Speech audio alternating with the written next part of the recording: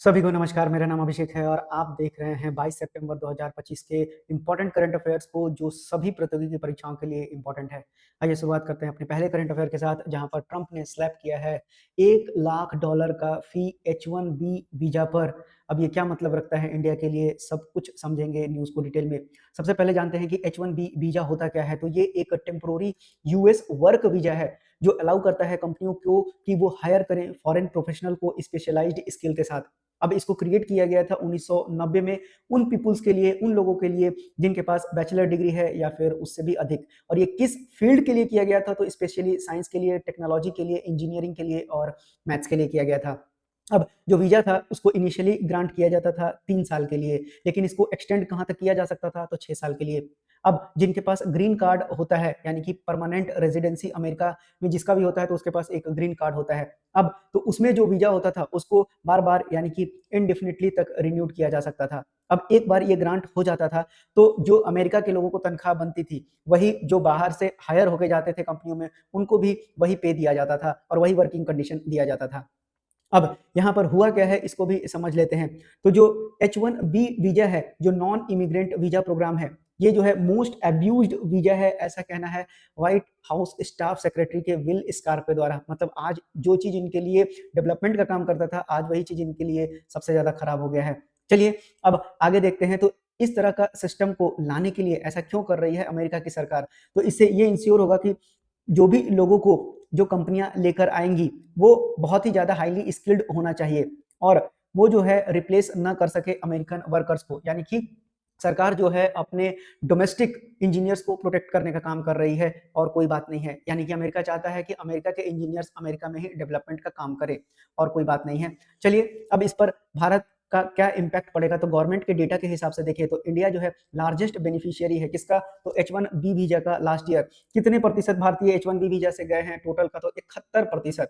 और चाइना दूसरे स्थान पे था 11.7% के साथ। अगर 2025 के हाफ में देखें तो अमेजॉन और उसके क्लाउड कंप्यूटिंग जो यूनिट्स हैं AWS, उन्होंने रिपोर्टेडली रिसीव किया कि 12,000 से भी अधिक H1B वीजा लिया गया है इस कंपनी के लिए। और अगर माइक्रोसॉफ्ट और मेटा प्लेटफॉर्म की बात करें तो 5,000 H1B वीजा का अप्रूवल किया गया है भारतीयों के लिए।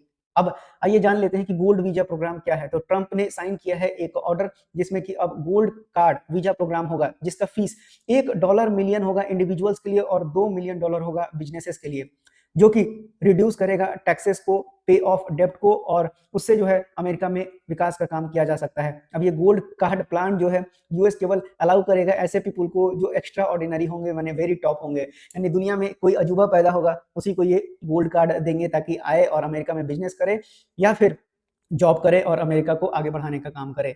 तो चलिए ठीक है, अमेरिका क्या सोचता है ये उसकी बात है। चलिए अगर आपने लेक्चर को ध्यान से सुना है तो इस क्वेश्चन को करने का कोशिश कीजिए। बोलता है कि जो H1B वीजा है उसको इंट्रोड्यूस किया गया था 1990 में। ये जो क्वेश्चन होता है ये आपका क्रक्स होता है, आप इसको नोट कर सकते हैं। इन्हीं में से आपको सवाल बनता हुआ दिखाई देगा। आप चाहे किसी भी एग्जाम की तैयारी कर रहे हो, सवाल यहीं से बनता है। अगर बात करें तो H1B वीजा 1990 में इंट्रोड्यूस किया गया है। बिल्कुल मैंने आपको सही यही चीज समझाया है, जो कि अलाउ करता है यूएस की कंपनीज को कि वो हायर करेंगे फॉरेन प्रोफेशनल को स्पेशलाइज स्किल के साथ। किस फील्ड में? तो साइंस, टेक, इंजीनियरिंग और मैथमेटिक्स में, यानी कि स्टेम की बात हो रही है। अब ये शुरुआत में 3 साल के लिए होता है, 6 साल तक को एक्सटेंड किया जा सकता है और ग्रीन कार्ड के केस में इंडेफिनिटली। तो ये भी बिल्कुल सही है, दूसरा भी सही है। 2025 में यूएस ने अनाउंस किया है $1 लाख का स्पॉन्सरशिप फी H1B वीजा के लिए, जो कि डिस्करेज करेगा और जो है मिसयूज से रोकेगा और इंश्योर करेगा कि केवल हाईली स्किल्ड प्रोफेशनल को ही हायर करे कंपनी। यानी एरोगेरू, यानी अमेरिका जो जाएगा वो एरोगेरू था पहले। अब जो है India remains the largest beneficiary, ये भी बिल्कुल सही है। अब यूएस ने न्यू गोल्ड कार्ड का भी किया है जिसका फीस $1 मिलियन है इंडिविजुअल के लिए और $2 मिलियन है बिजनेसेस के लिए, ताकि एक्स्ट्रा ऑर्डिनरी इंडिविजुअल्स को ही जॉब दिया जा सके और बिजनेस अपॉर्चुनिटी अमेरिका में दिया जा सके। तो पांचों के पांचों बिल्कुल सही है। आइए बढ़ते हैं अपने अगले करंट अफेयर पे, जहां पर ब्राजील ऐसा पहला देश हो गया है पूरे दुनिया का जो ग्लोबल फॉरेस्ट फंड में इन्वेस्ट करने वाला है। आइए इस न्यूज़ को समझेंगे, लेकिन उससे पहले कुछ बेसिक्स को जान लेते हैं। देखिए अगर आप धरती को फ्लैट करके देखेंगे तो आप यहाँ पर देख रहे हैं तो ये एक इक्वेटर का लाइन है। अब इक्वेटर का लाइन बताना क्यों जरूरी है? क्योंकि ये 0 डिग्री है, बस याद कर लीजिएगा। और आपको 3 लाइनें याद करना है। और आप देखिए कि ये जो आप देख रहे हैं मैप, तो ये किसका मैप है? तो ये आपका साउथ अमेरिका का मैप है। और साउथ अमेरिका में ही कौन सा देश स्थित है? ब्राजील स्थित है, जो कि यहाँ पर दिख रहा है आपको। और rain forest, Amazon rain forest, यहाँ पर मैंने हाईलाइट किया है, उस जगह पर अमेजॉन रेन फॉरेस्ट है। अब आगे बढ़ते हैं और देख लीजिए तो ट्रॉपिक ऑफ कैंसर और tropic of Capricorn 23 degree 27 minute 23 degree 27 minute दोनों के बीच में कौन सा लाइन गुजरता है? इक्वेटर। और इन दोनों का बीच का एरिया क्या कहलाता है आपको? तो इसी को हम ट्रॉपिक कहते हैं। समझते चलिए, आपको न्यूज़ भी समझ में आ जाएगा। अब आइए ब्राज़ील के बारे में देखें, तो मैंने आपको इक्वेटर से सटता हुआ एक कंट्री दिखाया, जिसको कि आप देख सकते हैं, ये इक्वेटर की लाइन वहाँ से भी गुजरी थी और जस्ट उसके पास कौन-सा रिवर बह रहा है? अमेज़न। और यहीं पर क्या है? अमेज़न जंगल भी है। अब बढ़ते हैं हम आगे, तो अब समझ लेते हैं कुछ और बेसिक टॉपिक्स को। तो सबसे पहले जानते हैं कि ट्रॉपिकल फॉरेस्ट क्या होता है। तो ट्रॉपिकल फॉरेस्ट जो होता है एक तरह का इकोसिस्टम होता है जो कि ट्रॉपिकल रीजन में लोकेटेड होता है। अब आइए, मैंने आपको क्या समझाया कि ट्रॉपिक ऑफ कैंसर और जो ट्रॉपिक ऑफ कैप्रिकॉर्न का बीच में जो एरिया कवर होता है उसी को हम लोग क्या बोलते हैं? तो उसी को हम लोग ट्रॉपिक्स बोलते हैं। तो अब आपको ट्रॉपिकल फॉरेस्ट भी समझ में आ रहा होगा कि एक ऐसा इकोसिस्टम जो कि ट्रॉपिकल रीजन में लोकेटेड होता है और वो रीजन इक्वेटर के पास होता है, जहां पर कि हाई टेम्परेचर, हेवी रेनफॉल और डाइवर्स एरे होता है, यानी प्रकार होता है, प्लांट्स और एनिमल्स पाया जाता है वहां। अब इसका जोन मैंने आपको समझा दिया, ट्रॉपिक ऑफ कैंसर और कैप्रिकॉर्न के बीच में होता है। क्लाइमेट की बात करें तो वार्म और ह्यूमिड रहता है पूरे साल तक और कंसिस्टेंटली वहां पर रेनफॉल होते रहता है। अगर बायोडाइवर्सिटी की बात करें तो 50% से ऊपर वर्ल्ड का प्लांट और एनिमल स्पीसीज और यूनिक और इंडेंजर्ड स्पीसीज इसी एरिया में पाए जाते हैं। अब अगर इंडिया की बात करें तो इंडिया में ट्रॉपिक रीजन कहां पर है? तो वेस्टर्न घाट, अंडमान निकोबार आइलैंड और north eastern state Assam, Nagaland में ट्रॉपिकल फॉरेस्ट पाया जाता है। आइए दिखा देते हैं आपको उस मैप को दोबारा से। देखिए, अगर आप यहाँ पर देखेंगे तो ये आपका साउथ अमेरिका हो गया, यहाँ पर आप अफ्रीका को देख सकते हैं और ये देखिए इक्वेटर लाइन से काफ़ी करीब है। तो ये वाला जो पोर्शन है जो इक्वेटर के करीब है, यहीं पर क्या पाया जाता है आपका? तो ये पाया जाता है आपका ट्रॉपिकल फॉरेस्ट। साथ ही साथ ये जो नॉर्थ ईस्ट के कुछ राज्य हैं, वहाँ पर भी ये पाया जाता है। तो अब आगे बढ़ते हैं। अब आप ये भी याद कर लीजिएगा, अंडमान निकोबार आइलैंड, वेस्टर्न घाट, नॉर्थ ईस्टर्न स्टेट, असम और नागालैंड में। अब ब्राज़ील जो है बहुत ही लंबा, चूँकि अमेज़न फॉरेस्ट है और ये पूरा का पूरा ट्रॉपिकल फॉरेस्ट है, यानी कि 60% जो अमेज़न का रेन फॉरेस्ट है, वो वर्ल्ड का लार्जेस्ट ट्रॉपिकल रेन फॉरेस्ट है। अब अगर 2020 की बात करें तो ब्राज़ील के पास 420 मिलियन हेक्टेयर ट्रॉपिकल फॉरेस्ट था, जो कि एक सिग्निफिकेंट पोर्शन कवर करता था वर्ल्ड का टोटल ट्रॉपिकल फॉरेस्ट एरिया को। अब न्यूज़ को समझिए, तब आप पूरी तरह से समझ में आ जाएगा आपको। तो ब्राज़ील हमारा पहला कंट्री बन गया है जिसने अनाउंस किया है कि वो इन्वेस्ट करेगा ट्रॉपिकल फॉरेस्ट को फॉरएवर फैसिलिटी देने के लिए। अब ये कैसा है? तो एक मल्टीलैटरल फंडिंग मैकेनिज्म जनरेट किया जाएगा और इसको प्रपोज किया गया है ताकि जो ट्रॉपिकल फॉरेस्ट है उसको कंजर्व किया जा सके। देखिए, जैसे-जैसे आबादी बढ़ती है, सरकार क्या करेगी? जंगल की कटाई चालू कर देती है ताकि उनका खाना-पीना भरपाई किया जा सके। अब उनको क्लाइमेट चेंज से समझ में आ रहा है कि नहीं भाई, जो हम किए वो गलत था, तो अब उसको प्रिज़र्व करने के लिए ये कदम उठाया जा रहा है। अब इसका एम क्या है? तो परमानेंट फाइनेंसिंग किया जाएगा ताकि ट्रॉपिकल फॉरेस्ट को प्रिज़र्व किया जा सके। अब यहाँ पर जो फंडिंग का मॉडल होगा, ये कहाँ-कहाँ से कैपिटल को जनरेट करेंगे? तो गवर्नमेंट से, कॉर्पोरेशन से और साथ ही साथ फिलैंथ्रोपिक से। तो और जो इंटरेस्ट रिटर्न होगा, वो भी यूज़ किया जाएगा फाइनेंसिंग फॉरेस्ट प्रोटेक्शन के लिए, जिससे कि सस्टेनेबिलिटी को इंश्योर किया जा सके। अब इसको अलाइन किसके साथ किया जा रहा है? तो पेरिस एग्रीमेंट और साथ ही साथ कन्मिंग मॉन्ट्रियल ग्लोबल बायोडायवर्सिटी फ्रेमवर्क के साथ। तो याद कर लीजिएगा, इतने सारे पॉइंट आपको याद रखना है। अब ब्राज़ील गवर्नमेंट ने ये पोटेंशियल देखा है किससे? तो टीएफएफएफ से। अब टीएफएफ क्या है? तो कुछ नहीं है आपका, मैंने आपको शुरुआत में ही बता दिया है, ट्रॉपिकल फॉरेस्ट फॉरएवर फैसिलिटी। याद कर लीजिएगा, ब्राज़ील पहला देश बन गया है किससे संबंधित? तो ट्रॉपिकल फॉरेस्ट जो फॉरएवर फैसिलिटी है उसमें इन्वेस्ट करेगा। तो यही समझाया था और साथ ही साथ ये भी याद कर लीजिएगा कि जो क्लाइमेट समिट जो कूप 30 है, वो भी अमेज़न के सिटी में ही होने वाला है और जगह का नाम भी याद कर लीजिएगा, बेलेम। तो सब एक दूसरे से संबंधित है। ब्राज़ील चाहता है कि सब जगह से फंड इकट्ठा करे, क्योंकि आपको मालूम होना चाहिए कि जो लंग्स ऑफ अर्थ है वो कौन-सा है? अमेज़न फॉरेस्ट, जहाँ पर कि हेवी ऑक्सीजन्स होता है और पृथ्वी का लंग्स कहा जाता है। तो सब लोग भाई दान देंगे ही, तो आपने देखा भी कि पैसे ये कहाँ से लाएँगे? तो फिलैंथ्रोपिस्ट से भी लाएँगे, गवर्नमेंट से भी लाएँगे और कॉर्पोरेशन से भी ये माँगेंगे और उसका यूज़ करेंगे। ये बर्बाद करेंगे और दूसरे से पैसे माँग के उसको कवर करेंगे। तो याद कर लीजिएगा कि कोप 30 कहाँ होने वाला है? तो अमेज़ोनियन सिटी बेलेम में होने वाला है और कब होगा? नवंबर 2025 में। आपको बता दें कि कोई भी जो राज्य है भारत का, वो इक्वेटर से पास नहीं करता है और ट्रॉपिक ऑफ कैप्रिकॉर्न से भी पास नहीं करता है। सिर्फ़ और सिर्फ़ ट्रॉपिक ऑफ कैंसर से की जो लाइन है वो इंडिया से पास करती है। अब कौन-कौन से राज्य हैं? तो गुजरात है, उसके बाद 8 राज्य का नाम याद रखना है, गुजरात, राजस्थान, मध्य प्रदेश, छत्तीसगढ़, झारखंड, वेस्ट बंगाल, त्रिपुरा और मिज़ोरम से। बिल्कुल याद कर लीजिएगा, बहुत ही इंपॉर्टेंट है।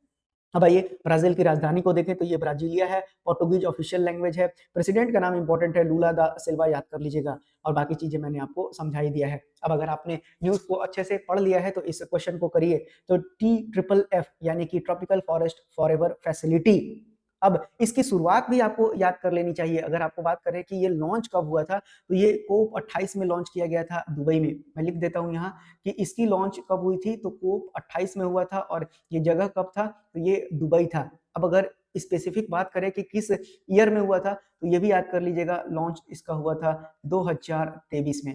तो इंपॉर्टेंट पॉइंट है, इसको भी रटते चलिएगा। जो ट्रॉपिकल फॉरेस्ट है ये क्या करता है, तो ये ट्रॉपिक ऑफ कैंसर और ट्रॉपिक ऑफ कैप्रिकॉर्न के बीच में, ये बिल्कुल सही है। इंडिया में कहाँ-कहाँ है, western Ghat, Andaman Nicobar island, north east state में भी है। ब्राजील जो है 60% है, ये भी बिल्कुल सही है। ब्राजील पहला कंट्री बना है TFFF के फंड जुटाएंगे।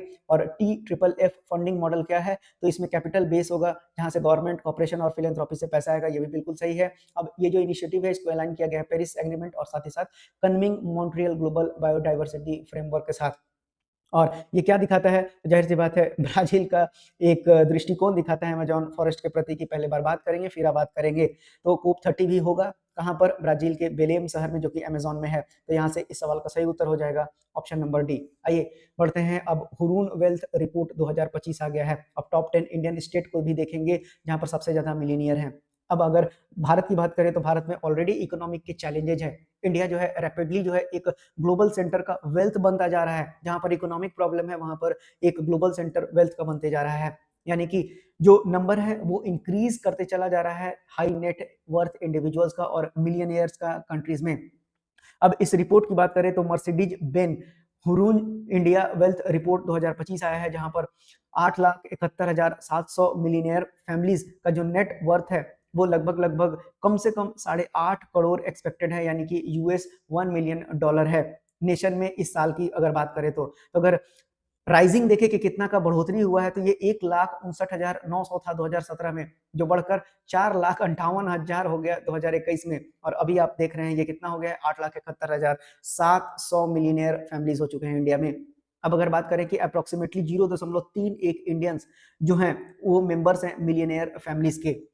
तो ये एक बहुत बड़ा आंकड़ा है जो ये दिखाता है कि इनकम की कितनी डिस्पैरिटी है भारत में। अब चलिए देखते हैं कि जो रिचेस्ट स्टेट है इंडिया में वो कौन कौन सा है। तो महाराष्ट्र ने सबसे अच्छा दिखाया है कि भाई यहाँ पर सबसे ज्यादा लोग मिलियनियर हैं, जो कि 194% का इंक्रीज दिखाया है 2021 के कंपेयर में। मुंबई में अकेले 1,42,000 लोग हैं जो मिलियनियर हैं, और इसीलिए मुंबई को मिलियनियर कैपिटल ऑफ इंडिया का दर्जा दिया गया है मर्सिडीज बेंज के द्वारा। अब अगर टॉप 10 इंडियन स्टेट्स की बात करें तो more than 79% of millionaire families जो केवल और केवल 10 राज्य में रह रही हैं। अब अगर उन 10 राज्यों का नाम देखें तो पहला आपको याद कर लेना है महाराष्ट्र है, यही आपसे सवाल पूछा जाएगा। बाकी को भी देख लीजिए, दिल्ली, तमिलनाडु, कर्नाटक, गुजरात, उत्तर प्रदेश, तेलंगाना, वेस्ट बंगाल, राजस्थान और हरियाणा में देखिए। तो दिल्ली का देखिए तो दिल्ली तो लगभग लगभग आधा पर पहुंच गया है। वहीं अगर आगे बढ़ते हैं तो सिटीज के नजरिए से देखें तो सिटीज में भी आपको याद कर लेना है मुंबई, क्योंकि अगर वन लाइनर में तो ठीक है महाराष्ट्र मुंबई आप टिक कर सकते हैं, लेकिन अगर दो तीन जो अच्छे एग्जाम्स है जहां पर दो तीन ऑप्शन आएंगे वहां पर आपको सब कुछ याद रखना होगा। तो मुंबई, न्यू दिल्ली, बेंगलुरु और लास्ट याद कर सकते हैं सूरत, क्योंकि सीक्वेंस में दिया जाता है वहां।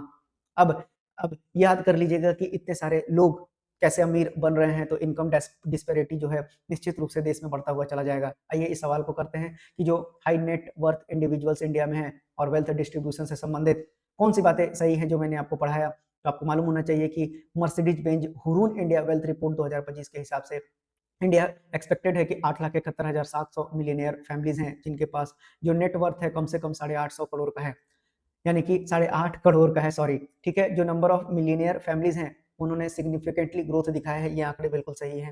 पहला भी आपका सही है, 0.31% इंडिया जो है मिलियनियर फैमिलीज हैं, ये भी बिल्कुल सही है। महाराष्ट्र सबसे ज्यादा टॉप किया हुआ है और मोर देन 79% मिलियनियर फैमिली केवल भारत के 10 स्टेट में रहते हैं, ये भी बिल्कुल सही है। यानी कि यहाँ दिया गया सभी सवाल सही है।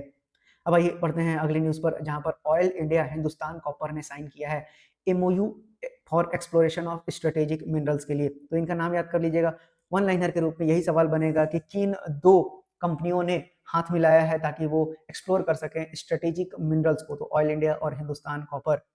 अब आइए जानते हैं कि ऑयल इंडिया और हिंदुस्तान कॉपर ने एक एमओयू साइन किया है ताकि डेवलपमेंट हो सके क्रिटिकल और स्ट्रेटेजिक मिनरल का, जिसमें कि इंक्लूड किया गया है कॉपर और उससे एसोसिएटेड मिनरल्स को। अब ये अलाइन किया गया है किसके साथ, तो national critical mission mineral mission के साथ। आपको मालूम होना चाहिए कि ये जो आप देख रहे हैं जो आपका नेशनल क्रिटिकल मिनरल मिशन है, उससे संबंधित जो क्रिटिकल मिनरल्स होते हैं, वो कहाँ-कहाँ काम आते हैं? तो नेशनल एनर्जी सिक्योरिटी में काम आएँगे, इंडस्ट्रियल ग्रोथ में और साथ ही साथ टेक्नोलॉजिकल एडवांसमेंट और उससे भी कहीं ज़्यादा अभी जो भारत का नेट ज़ीरो कार्बन टारगेट है, उसको अचीव करने में ये मदद करेंगे। क्यों? क्योंकि क्लीन एनर्जी टेक्नोलॉजी में भी इनका काफ़ी ज़्यादा यूज़ होता है। आइए देखते हैं क्रिटिकल मिनरल्स के बारे में। तो क्रिटिकल मिनरल्स एक नेचुरली अकरिंग एलिमेंट्स हैं और केमिकल कंपाउंड्स हैं जो कि इकोनॉमिक के डेवलपमेंट, नेशनल सिक्योरिटी के लिए वाइटल रोल प्ले करते हैं इंडस्ट्रीज और टेक्नोलॉजीज में। अब बात करें तो मैन्युफैक्चरिंग प्रोडक्ट्स इनमें से कहाँ-कहाँ यूज़ होगा, तो क्लीन एनर्जी टेक्नोलॉजीज में, इलेक्ट्रॉनिक्स में और साथ ही साथ डिफेंस में। अब इंडिया ने रिलीज़ किया है टोटल 30 क्रिटिकल मिनरल्स इंडिया का। अब उनमें से कौन-सा महत्वपूर्ण है? Bismuth, cobalt, copper, phosphorus, potash, rare earth element, silicon, tin, titanium, इन नामों को याद कर लीजिएगा। अब करंटली अगर बात करें तो इंडिया जो है बहुत ही ज़्यादा रिलाई करता है इंपोर्ट ऑफ क्रिटिकल मिनरल्स पर, यानी हम ऑस्ट्रेलिया जैसे देशों पर, चिली जैसे देशों पर, चाइना जैसे देशों पर काफ़ी ज़्यादा निर्भर करते हैं। अब अगर ऑयल इंडिया की बात करें तो 1959 में इसकी स्थापना की गई थी। असम में इसका हेडक्वार्टर है और डॉक्टर रंजीत रथ चेयरमैन हैं। वहीं अगर एचसीएल की बात करें यानी कि हिंदुस्तान कॉपर लिमिटेड की बात करें तो 1967 में इसका फॉर्मेशन हुआ था। कोलकाता में बता दें आपका इसका हेडक्वार्टर है और संजीव कुमार सिंह इसके हेड हैं।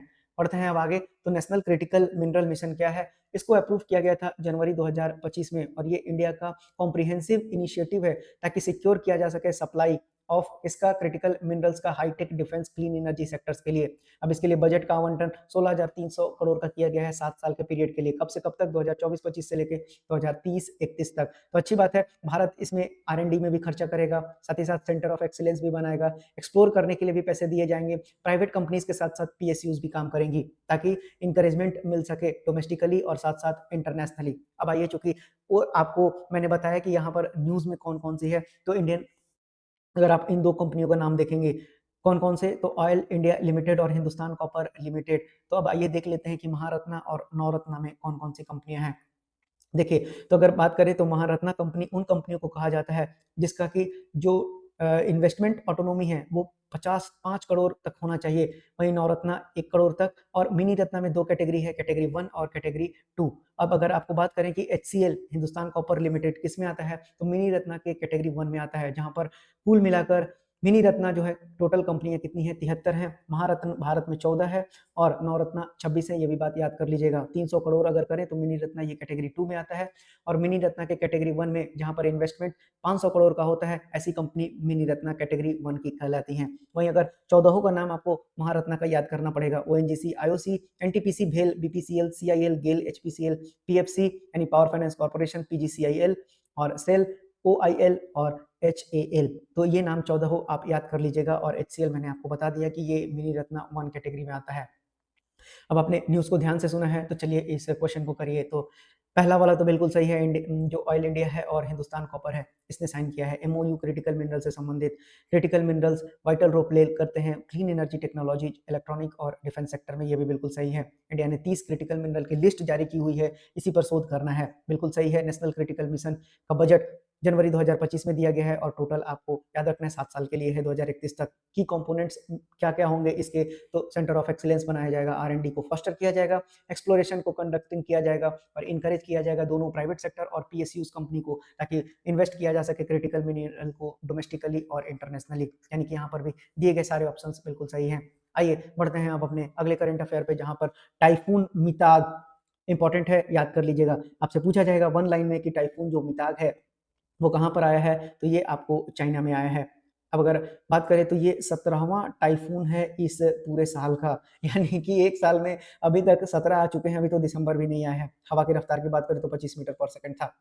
अब टाइफून की बात करें तो ये चाइना में कहा जाता है, और साथ ही साथ जो पैसिफिक ओशन के आसपास टाइफून उठता है, यानी चक्रवात उठता है, उसको टाइफून कहा जा सकता है। और जो हरिकेन्स होता है वो वेस्ट इंडियन आइलैंड में होता है, कैरेबियन सी और अटलांटिक ओशियन में कहा जाता है, जैसे कि अमेरिका में। और अगर ट्रॉपिकल साइक्लोन की बात करें तो भारत बिल्कुल याद कर लीजिएगा, इंडियन ओशियन में आने वाला साइक्लोन ट्रॉपिकल साइक्लोन कहलाता है, और विलीज विलीज ऑस्ट्रेलिया में नाम है। बढ़ते हैं आगे, तो यहाँ पर एक क्वेश्चन है, कर लीजिए। 17वां टाइफून है बिल्कुल 2025 का, कहाँ पर आया है, तो चाइना के गुआंगडोंग प्रोविंस में, और जो मैक्सिमम विंड स्पीड था 25 मीटर प्रति सेकंड, यानी सभी सही उत्तर हैं। बढ़ते हैं आगे, राजनाथ सिंह ने विजिट किया है मोरक्को, अब मोरक्को कहाँ पर है ये भी देख लेते हैं, साथ ही साथ अफ्रीका को भी रिवाइज कर लेते हैं। तो डिफेंस मिनिस्टर राजनाथ सिंह ने डेडिकेट किया है मैन्युफैक्चरिंग फैसिलिटी किसका, टाटा एडवांस सिस्टम का, कि वो प्रोड्यूस करेगा व्हील आर्मर्ड पर्सनल कैरियर, कहाँ पर, मोरक्को में। और मोरक्को कहाँ पर है, तो नॉर्थ अफ्रीकन एक नेशन है। अब जो फैसिलिटी है ये बेरेचिड में दिया गया है और ये पहला इंडिया का डिफेंस मैन्युफैक्चरिंग प्लांट है अफ्रीका में। अब बात कर दें डिफेंस मिनिस्टर की भी, तो ये पहला ट्रिप है किसी कंट्री के डिफेंस मिनिस्टर का, यानी इंडिया के डिफेंस मिनिस्टर का, जो मोरक्को विजिट किए हैं। तो इंपॉर्टेंट पॉइंट्स है, याद कर लीजिएगा। अब देख लीजिए, तो मोरक्को कहाँ पर है, तो बिल्कुल नॉर्थ में लोकेटेड है अफ्रीका आइलैंड के। तो अफ्रीका में टोटल कितने देश हैं, तो टोटल 54 देश हैं, ये भी बात याद कर लीजिएगा। आपको यहाँ पर भी याद रखना है, यहाँ पर भी याद रखना है कि मेडिटेरियन सी और रेड सी को जोड़ता कौन है, तो आपको याद रखना है कि यहाँ पर स्वेज कैनाल के नाम से आप जानते हैं। वहीं आगे भी मैं आपको ये सब समझा दूंगा, तो आगे बढ़ते हैं। और यहाँ पर आपको 4 देश का नाम याद रखना है जिसको कि हॉर्न ऑफ अफ्रीका कहा जाता है, ये भी अभी आपको याद आ जाएगा। यहाँ पर अभी मैं ये इसको भी रिवाइज कराऊंगा, इसको कहा जाता है आपको स्ट्रेट ऑफ हॉर्मुज, और ये किन 2 खाड़ी को जोड़ता है ये भी आपको बताता हूँ। और यहाँ पर क्या है आपका, ये है आपका बाब एल मंदेब, ये भी आपको मैं अभी रिवाइज करा दूंगा। चलिए, आपने सब कुछ देख लिया, साथ ही साथ लेक विक्टोरिया और लेक टाना को भी देखेंगे, ब्लू और व्हाइट नाइल को। तो सबसे पहले समझ लेते हैं मोरक्को के बारे में, जिसकी कैपिटल रावत है और दिरहम यहाँ की करेंसी है। वहीं अगर यहाँ के किंग की बात करें तो मोहम्मद 6 हैं और अजीज अखानाउच यहाँ के प्राइम मिनिस्टर हैं। अब नाइल नदी की बात करें तो नाइल नदी जो है लेक टाना और जो आपका लेक विक्टोरिया है, 2 जगह से निकलता है ये। तो याद कर लीजिएगा कि जो व्हाइट नाइल है, अब व्हाइट नाइल, ब्लू नाइल जो है लेक टाना से निकलता है, और जो आपका व्हाइट नाइल है ये आपका लेक विक्टोरिया से निकलता है। दोनों मिलते कहाँ पर है, तो सूडान की राजधानी खार्तूम में, और फिर यहाँ से एक सिंगल नदी बहता हुआ जाकर मेडिटेरेनियन सी में गिर जाता है। अभी आपको बताना है कि इथोपिया न्यूज में था, किसके लिए न्यूज में था, डैम संबंधित था, उस डैम का नाम बताइए जो दुनिया का सबसे बड़ा डैम है। अब अगर अफ्रीका की बात करें तो जो लार्जेस्ट हॉट डेजर्ट है वो सहारा डेजर्ट अफ्रीका में ही लोकेटेड है। जो नील नदी है वो लॉन्गेस्ट रिवर है अफ्रीका में, जिसकी 2 मेन ट्रिब्यूटरीज है, मैंने आपको समझा दिया। व्हाइट नील जो कि कहाँ पर ओरिजिनेट होता है, तो लेक विक्टोरिया से, और ब्लू नाइल जो कि ओरिजिनेट होता है लेक टाना से, और ये कहाँ पर है, इथोपिया में है। लार्जेस्ट लेक की बात करें तो लेक विक्टोरिया ही है लार्जेस्ट लेक, और second largest fresh water lake है पूरे वर्ल्ड में। अब अगर बात करें हाईएस्ट माउंटेन की, तो माउंट किलिमंजारो कहाँ पर है, तंजानिया में है। वहीं आपको ये भी याद रखना है कि अफ्रीका में 54 टोटल देश हैं, जो मैंने शुरुआत में आपको बता दिया। अगर एरिया वाइज देखें तो अल्जीरिया सबसे लार्जेस्ट कंट्री है, और पॉपुलेशन के दृष्टिकोण से देखेंगे तो नाइजीरिया इंपॉर्टेंट है। ये सवाल अभी बहुत पूछा गया था पीछे के एग्जाम्स में। और सेशल्स क्या है, सबसे स्मॉलेस्ट अफ्रीकन कंट्री है, याद कर लीजिएगा। अब आपको मैंने बताया था कि मेडिटेरेनियन सी को जब आप जोड़ते हैं इसके साथ, आप रेड सी के साथ, तो स्वेज कैनल बनता है। साथ ही साथ रेड सी और जो गल्फ ऑफ आडेन को जोड़ता है उस स्ट्रेट को बाब एल मंडेब कहा जाता है। वहीं अगर पर्शियन गल्फ और गल्फ ऑफ ओमान को जोड़ने वाला स्ट्रेट स्ट्रेट ऑफ हॉर्मुज कहलाता है। तो चलिए, ये सारी बातें आपने पढ़ ली, रिवाइज करते रहिए, मैं भी आपको याद कराते चलता हूँ। आप डेली देखेंगे तो निश्चित रूप से आपको याद हो जाएगा, याद करने के लिए स्पेशल आपको जगह नहीं बचेगा। अब अगर बात करें तो सीजीआई यानी chief justice of India B R Gavai ने इनोग्रेट किया है 10वां all India conference central administrative tribunal यानी कैट का। आइए समझते हैं, ये तो वन लाइनर हो गया कि हाल ही में किसने इनोग्रेट किया है 10वां all India conference central administrative tribunal का, तो वो है बी आर गवई यानी कि चीफ जस्टिस ऑफ इंडिया। केवें नंबर का है, तो ये भी याद कर लीजिएगा, 10वें नंबर का है। अब लॉ मिनिस्टर कौन है, ये भी याद कर लीजिएगा, तो अर्जुन राम मेघवाल साहब हैं, इंपॉर्टेंट है, याद कर लीजिएगा। अब जो सेंट्रल एडमिनिस्ट्रेटिव ट्रिब्यूनल है ये एक स्पेशलाइज्ड क्वासी जुडिशियल बॉडी है। क्वासी जुडिशियल बॉडी का मतलब होता है कि ये कोर्ट के दायरे में नहीं आता है, मतलब कि ऐसा नहीं है कि प्रोविजन जैसे हाई कोर्ट चलता है, उसके बाद सुप्रीम कोर्ट चलता है, लोअर कोर्ट चलता है, वो उस तरह से नहीं है, बस उसकी तरह काम करता है। यानी इसीलिए लिखा हुआ है क्वासी जुडिशियल बॉडी है इंडिया में, जिसको कि एडमिनिस्ट्रेटिव ट्रिब्यूनल एक्ट 1985 के तहत एस्टेब्लिश किया गया था, ताकि स्पीडी और इनएक्सपेंसिव फोरम है ये, जहां पर कि रिजॉल्व किया जाता है सर्विस रिलेटेड डिस्प्यूट को सेंट्रल गवर्नमेंट एम्प्लॉयज के। यानी जैसे आप रेलवे एसएससी में सेलेक्ट हो जाएंगे, या फिर कहीं पर भी आप जो सेंट्रल गवर्नमेंट की नौकरी है वहां पर सेलेक्ट हो जाते हैं, तो अगर आपको कोई भी डिस्प्यूट है तो आपको सबसे पहले कैट में ही जाना पड़ेगा, कैट के बाद ही आप कोर्ट में जा सकते हैं। ये नियम है और नियम को फॉलो करना पड़ेगा।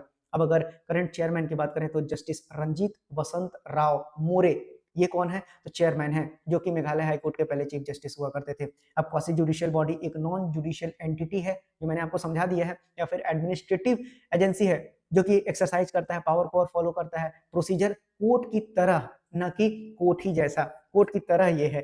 ताकि रिजॉल्व किया जा सके डिस्प्यूट को और लॉ को इंटरप्रेट किया जा सके। लेकिन ये जुडिशियल सिस्टम का फॉर्मली पार्ट नहीं है, ये मैंने आपको समझा दिया, याद कर लीजिएगा, बहुत इंपॉर्टेंट था। अब आइए, गवर्नमेंट ऑफ इंडिया ने अनवील किया है लोगो और की flagship initiative India AI impact summit 2026 के लिए। देखिए, इसको इनोग्रेट कौन किया है, तो याद रखिएगा श्री अश्विनी वैष्णव, जो कि यूनियन मिनिस्टर हैं मिटी के।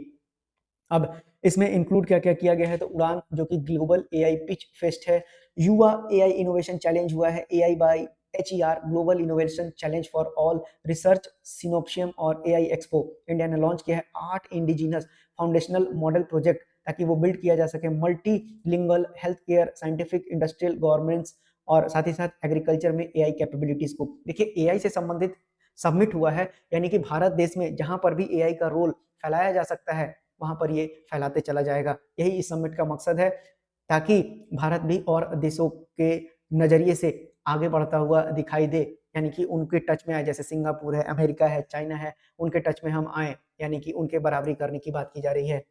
अब ये जो एआई इम्पैक्ट समिट है, ये कहाँ पर आयोजित किया गया है, तो ये नई दिल्ली भारत मंडपम में किया गया है।